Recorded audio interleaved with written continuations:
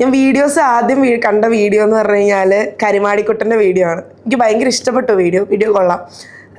അത് 1 million views കഴിഞ്ഞു അല്ലേ? ഓക്കെ, അതെന്താണ് ലൈക്ക് അതിനെടുത്ത എഫേർട്ട്, ഭയങ്കരമായിട്ട് എഫേർട്ട് എടുത്തിട്ടുണ്ടെന്ന് വേറൊരു ഇന്റർവ്യൂവിൽ ഇങ്ങനെ പറയുന്നത് കേട്ടു. അതിൻ്റെ ഒരു സ്റ്റോറി എന്ന് പറയാം.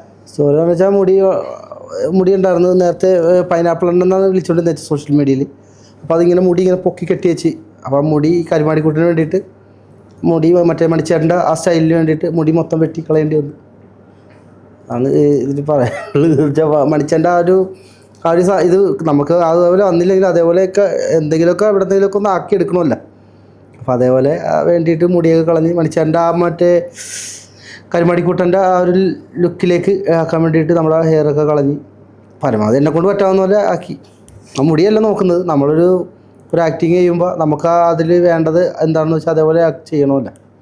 അതിനുവേണ്ടി മുടി കളഞ്ഞു. ഓക്കെ, അപ്പം ഇതിനു വേണ്ടി ഫണ്ടും കാര്യങ്ങളൊക്കെ ഞാൻ ഓട്ടോ ഓടിച്ചിട്ടാണ് ആ ഫണ്ട് കൂട്ടി വെച്ച്. അങ്ങനെയാണ്.